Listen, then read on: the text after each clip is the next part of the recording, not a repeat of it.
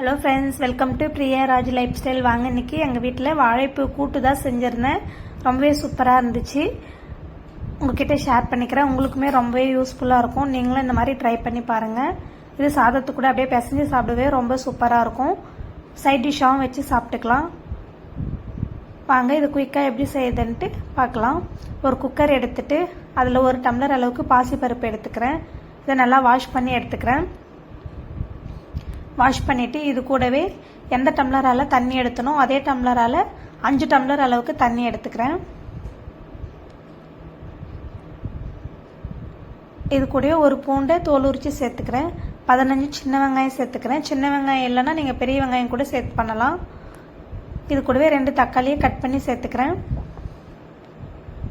இது கூடவே இதுக்கு தேவையான அளவுக்கு உப்பையும் சேர்த்துக்கிறேன். கூட்டுக்கு தேவையான எல்லா உப்பையுமே நான் இப்பயே சேர்த்துடுறேன். இது கூடவே 1 ஸ்பூன் சீரகம் சேர்த்துக்கிறேன். 1/2 ஸ்பூன் பெருங்காயம் சேர்த்துக்கிறேன். நம்ம வீட்டில் அரைச்ச குழம்பு மிளகாய்த்தூள் 2 ஸ்பூன் சேர்த்துக்கிறேன். இந்த மிளகாய்த்தூள் எப்படி அரைக்கணுன்ற வீடியோ நம்ம சேனலில் இருக்குது, செக் பண்ணி பாருங்கள். ஒரு வாழைப்பூவை எடுத்துட்டு அதை நான் க்ளீன் பண்ணி எடுத்துக்கிறேன். இந்த மாதிரி எல்லாத்தையுமே எடுத்து வச்சுக்கலாம். அதுக்கப்புறம் அது உள்ளே இருக்க 2 பகுதி மட்டும் எடுத்துடணும். அது என்னன்ட்டு நான் வீடியோவில் காட்டுறேன் பாருங்கள். இதுவும் இது உள்ள இன்னொன்று இருக்கும். இதையும் நான் வீடியோவில் காட்டுற மாதிரி நீங்களும் எடுத்துருங்க. இது 2த்தையும் நிறைய பேர் தெரிஞ்சிருக்கோம், தெரியாதவங்களுக்காக தான் நான் காமிக்கிறேன்.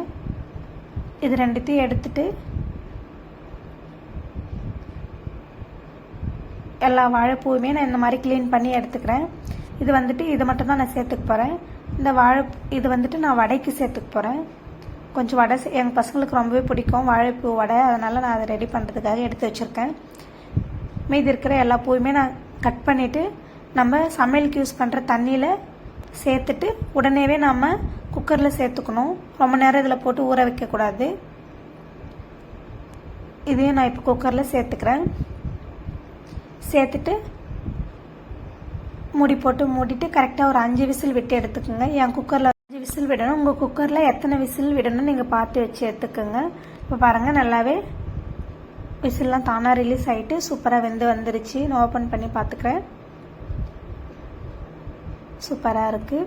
இப்போ வாங்க, இந்த வாசமே சூப்பராக வீடு ஃபுல்லாக வருது, நல்லா இருக்குது. ஸ்டவ் ஆன் பண்ணிவிட்டு ஒரு தாளிப்பு கரண்டி இல்லைன்னா கடாயை வச்சுக்கோங்க, உங்கள் இஷ்டம் தான்.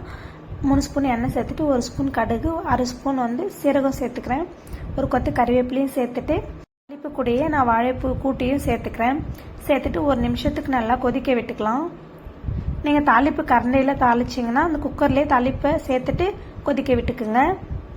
அவ்வளோதான், 1 நிமிஷத்துக்கு நல்லா கொதிச்சிட்ருக்கு. இப்போ நான் ஆஃப் பண்ணிக்கிறேன்.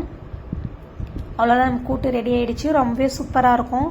யாருமே இந்த மாதிரி செஞ்சிங்கன்னா சாப்பிட மாட்டேன்னு சொல்ல மாட்டாங்க. வாழைப்பூ நிறைய பேருக்கு பிடிக்காமல் இருக்கும். கண்டிப்பாக இந்த மாதிரி ட்ரை பண்ணி பாருங்கள், ரொம்பவே சூப்பராக இருக்கும்.